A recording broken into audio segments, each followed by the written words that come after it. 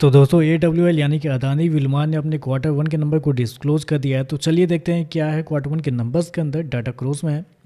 तो देखिए पिछले क्वार्टर की बात करते हैं तो पिछले क्वार्टर में कंपनी ने 18,229 करोड़ का रिवेन्यू जनरेट किया था ऑपरेशन के थ्रू। पिछले साल की बात करते हैं तो 14,153 करोड़ के आसपास, जबकि अभी देखें तो बढ़ के 17,058 करोड़ आपको जाता हुआ देखने को मिला। तो साल दर साल जाते हैं तो साल दर साल कंपनी के रेवेन्यू के अंदर एक अच्छी खासी तेजी आपको देखने को मिली। लगभग बोल सकते हैं 20% के आसपास का जंप आपको देखने को मिला है कंपनी के रेवेन्यू के अंदर। जबकि क्वार्टरली बेस पे जाते हैं तो क्वार्टरली बेस पे कंपनी के रेवेन्यू के अंदर गिरावट आपको देखने को मिल रही है।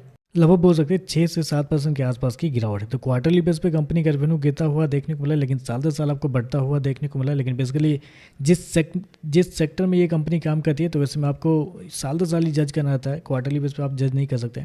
तो साल दर साल देखें तो कंपनी का रेवेन्यू आपको बढ़ता हुआ देखने को मिला है। खर्चे की बात करते हैं, पिछले क्वार्टर में 18,047 करोड़ खर्च किए थे, पिछले साल 13,790 करोड़, जबकि अभी देखें तो कंपनी खर्चे 16,954 करोड़ आपको जाता हुआ देखने को मिला है। तो कंपनी खर्चे देखें, खर्चे आपको बहुत ही ज़्यादा इस क्वार्टर में आपको देखने को मिल रहा है। और बेसिकली अदानी विल्मार की हमेशा से यही प्रॉब्लम रही कि कंपनी खर्चे ज़्यादा हो जाते हैं, कंपनी के मार्जिन बहुत कम हो जाते हैं। क्योंकि मैंने क्या बताया कि साल दर साल कंपनी का जो रेवेन्यू है, रेवेन्यू 20% के आसपास बढ़ता हुआ देखने को मिला, लेकिन कंपनी के कॉस्ट ऑफ मटेरियल को देखते हैं तो लगभग 30% के आसपास आपको बढ़ते हुए देखने को मिला। तो खर्चे बहुत ही ज़्यादा इस क्वार्टर में आपको फिर से देखने को मिल रहा है।